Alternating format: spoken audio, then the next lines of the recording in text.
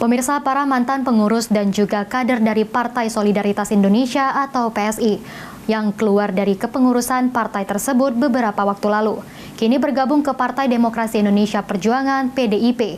Bergabungnya sejumlah mantan pengurus dan kader PSI Palembang tersebut diyakini tidak akan mempengaruhi suara PSI di Sumatera Selatan untuk pemilu mendatang.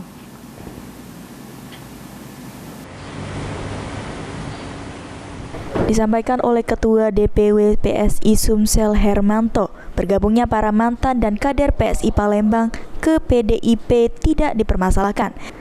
Karena itu hak mereka.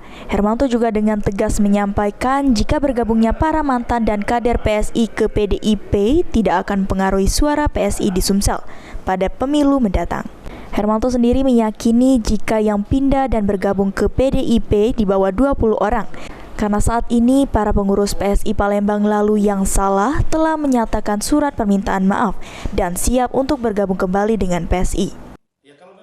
Kalau memang mereka hebat udah jadi periode lalu calegnya, apalagi yang berhenti ini katanya 100 lebih, itu paling orang di bawah 20, di bawah 20 silakan datang, keluarkan datanya kalau ada. Jadi kita optimis. Jangan buat kebohongan publik itu. Jadi kita optimis tidak akan berpengaruh kan? Tidak akan berpengaruh sedikit pun. Sementara itu, salah satu mantan pengurus PSI Palembang yang kini bergabung ke PDIP menjelaskan jika sebelumnya dia dan beberapa rekannya telah melakukan komunikasi dengan Ketua DPD PDIP Sumsel Giri Ramanda Kiemas, serta PDIP memiliki pengkaderan yang baik untuk mencetak kader-kader ke depannya, serta PDIP sudah menjadi partai di keluarganya.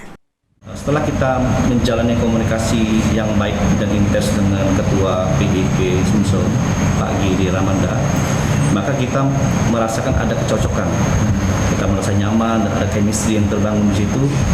Dan Pak Giri juga memberikan ruang yang luas untuk kita anak-anak muda untuk bisa mengimplementasikan minat kita di dunia politik.